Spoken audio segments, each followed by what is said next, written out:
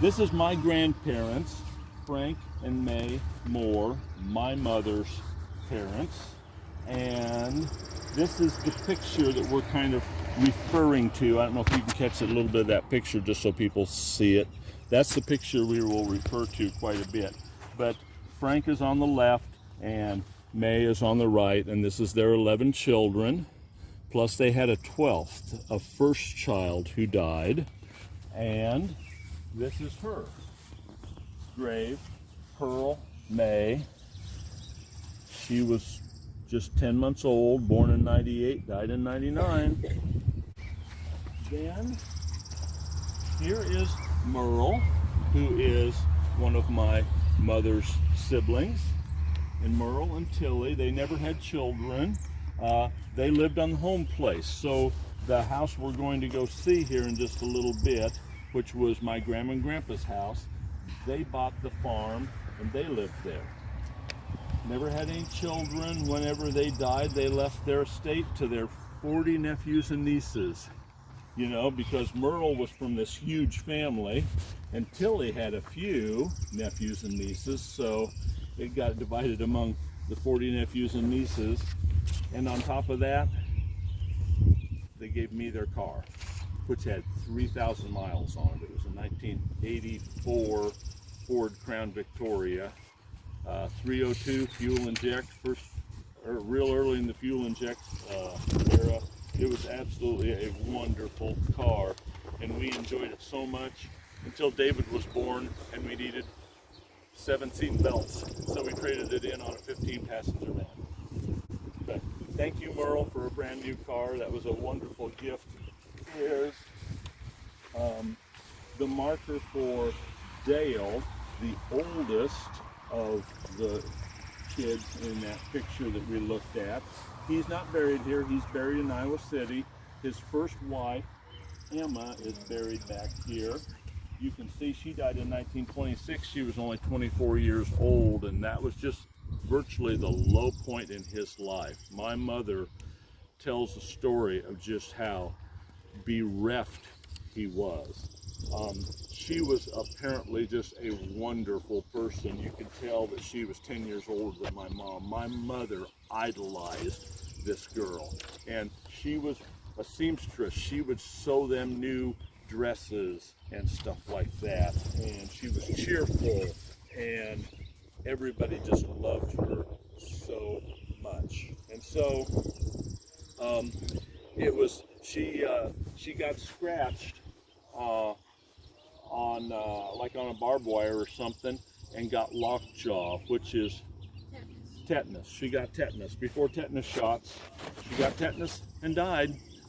Healthy girl. I don't have any pictures. You don't have any pictures of her, but I have pictures of her on the computer that I could have printed out. Anyway, so Dale remarried another woman. He drove a school bus, horse and buggy school bus. Not horse and buggy, but pulled by horses.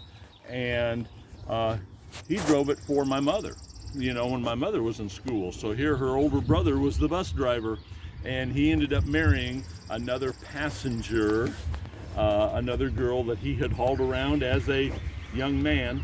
That was his second wife. They had 3 children, and they're buried in Iowa City. So this is Everett and Mary. This is the house we just stopped in front of. He was the one that was a truck driver, and Jerry and Grandpa ended up sleeping on their front porch when they got back from a Chicago run on the train. They had 2 children, Harold and Howard. And it was interesting, last night I was talking to Tammy. She took care of their son Harold when he was, you know, in his later years. I don't know if he's in a nursing home or what, but anyway, she knew Harold. And and then Harold is buried in Malcolm, but Howard, their other son, is buried across in the new section. I'll take you over there just at the very, very end. They had 3 children. None of their children ever had children. Howard and his wife, what was Howard and Jean. Howard and Jean. Jean was like this amazing, bubbly person.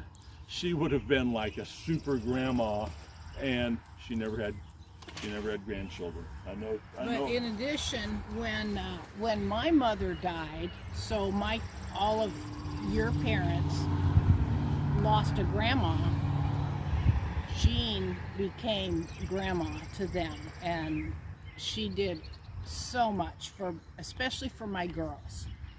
She was a really sweet substitute grandma for my girls.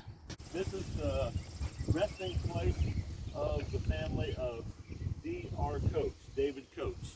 And they were David and Sarah. So we've got a David and Sarah in our family. This is the David and Sarah in our history. And they had quite a number of children. You see they lost a couple of boys when they were young, Roy and Hattie. Roy would have been 7, Hattie would have been 1.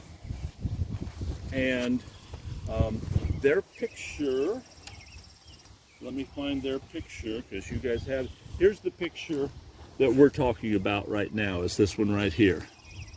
That's David and Sarah and my grandmother May.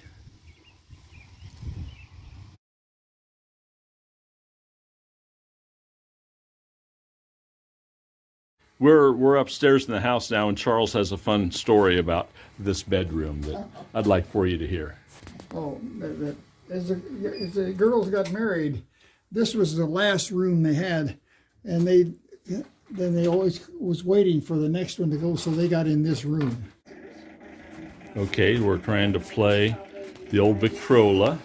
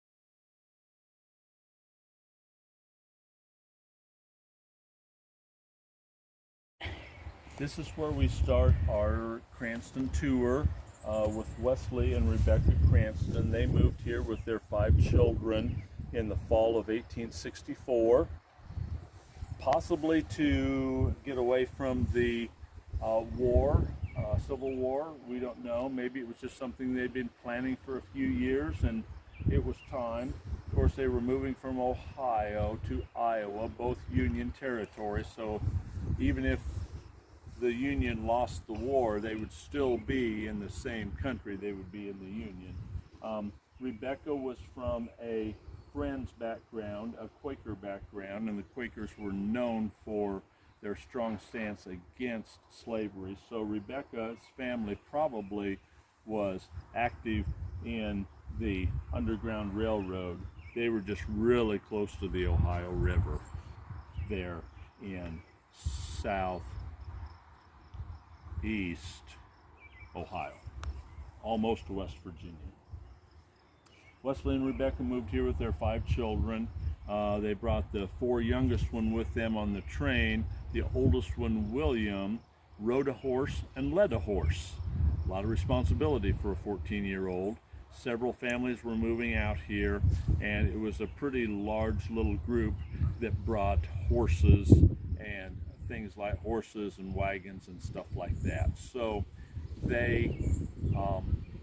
he went with that group. I think that he even had an uncle on there. One of Rebecca's brothers, I believe, was on that entourage that came out. So it wasn't like he was alone, but he was a young man riding and leading a horse.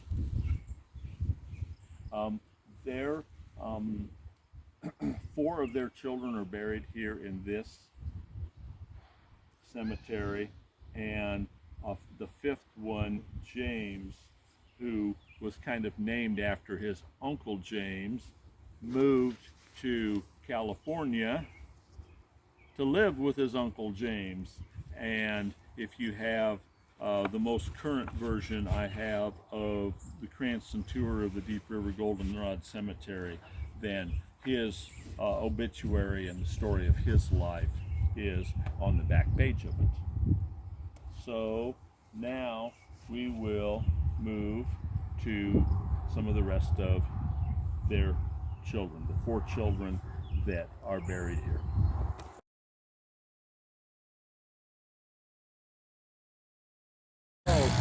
Reuben and Ida had 3 children, Clint, Myrtle,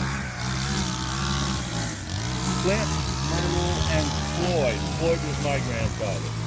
So this is Myrtle. She married William Putnam, and I don't really know much about their history, but if you've ever seen Grandma Cranston's big family Bible, on the front of it, it says Myrtle Cranston.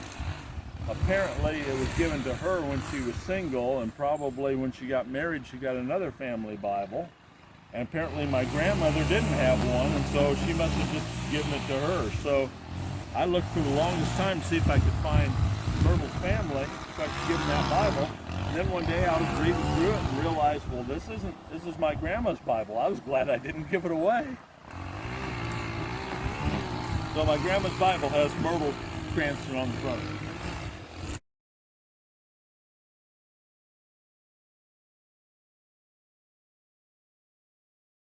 So Neva's little boy, Eugene, was born, and when I think the mother died when she did. You want to hear the story?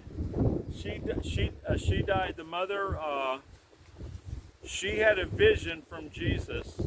He said, Jesus came across the Jordan River to her and said, "Get ready, because I'm coming back in 3 days for you." And sure enough, she did. She died 3 days later and left this little baby. And Stella took this baby and raised it. And well, he's sure a nice guy. yeah, and so anyway, so she got this little baby to raise, and when we laid Jason in her arms, she thought, in her feebleness of mind, she thought it was little Eugenia Duddle, and she was gonna protect that baby to her death, and we weren't gonna get that baby back.